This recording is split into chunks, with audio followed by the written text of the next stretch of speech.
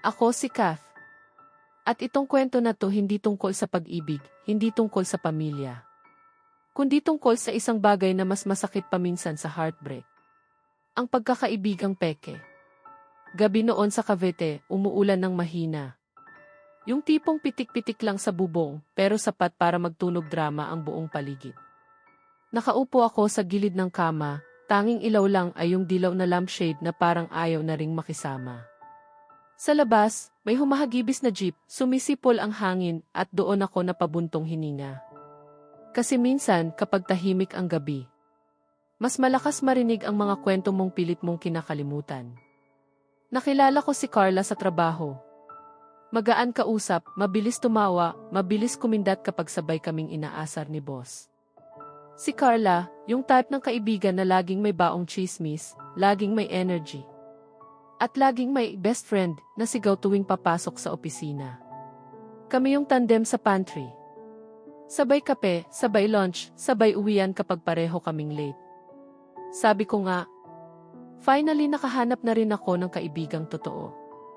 Buti na lang hindi ko alam na isang araw, iyon ang pinakamalaking pagkakamali ko.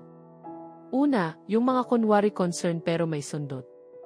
Uy Kath, okay ka lang? Pero bakit parang tumataba ka ulit? Uy best friend, sana pag may time ka lumabas, hindi ka lagi sa boyfriend mo. Uy girl, wag mong masyadong i-post yan, baka sabihin ng iba nagyayabang ka. At dahil mabait akong tao, tanga na rin siguro. Tinatawanan ko lang. Kasi akala ko ganun lang siya. Akala ko harmless. Hanggang dumating yung araw na napapansin ko. Ang daming taong lumalayo sakin. Kahit wala naman akong ginagawang masama. May araw na nagyaya si Carla na mag-dinner sa isang maliit na resto sa Bacoor. Kasama daw yung barkada namin sa office, sina John, Mike, Tess. Pagpasok ko pa lang, iba yung tingin nila sa akin. Hindi masaya. Hindi excited. Parang may alam sila na ako lang ang hindi. Humigpit yung dibdib ko. Umupo ako sa gitna nila, pilit na ngumiti. At doon ko naramdaman. Wala man lang bumati na, "Hey Kath." Wala. Tahimik. Parang meeting. Hindi dinner. Then John said, "Kath, may sasabihin kami." Parang lumamig yung hangin. Yung music ng resto biglang hindi ko marinig. Nanginginig yung kamay ko habang pinipisil ko yung bag ko. At doon na bumuga si Carla ng lason. Kath, sinabi mo ba sa kanila na ako yung dahilan kung bakit bumababa yung sales? Kath, bakit mo ko sinisiraan kay boss? Kath, sabi mo ba sa iba na plastic ako? Para akong binuhusan ng kumukulong tubig. At lahat sila. Parang pinaniwalaan siya. Ang mas masakit, yung mga linyang binibitawan niya. Galing mismo sa kanya. Lahat ng sinasabi niyang ginagawa ko sa kanya. Siya ang gumagawa sa akin. Pero ako ang sinisisi.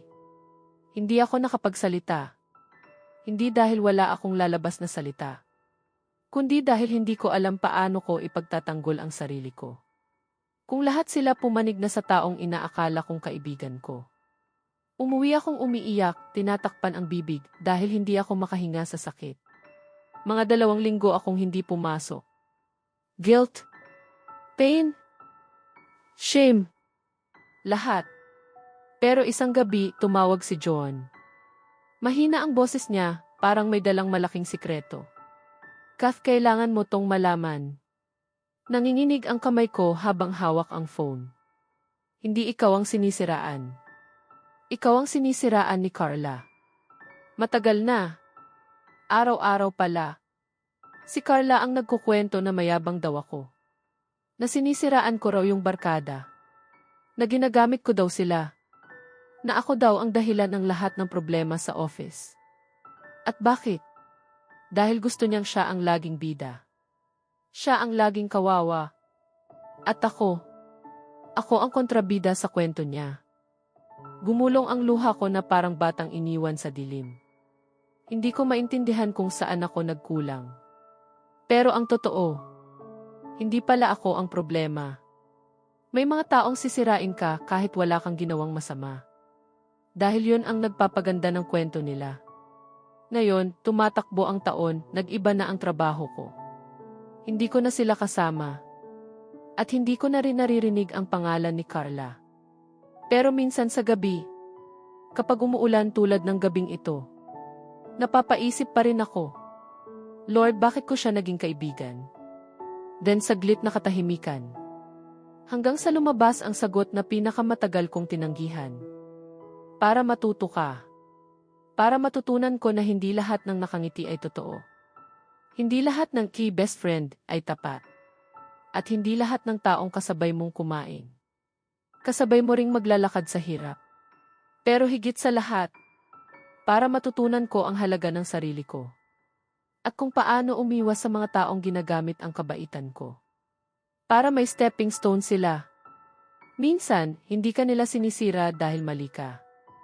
Sinasira ka nila kasi natatakot silang makita ng iba kung gaano sila kaliit kapag ikaw ang katabi. At kung may natutunan ako, ito yun. Hindi mo kailangan ng maraming kaibigan.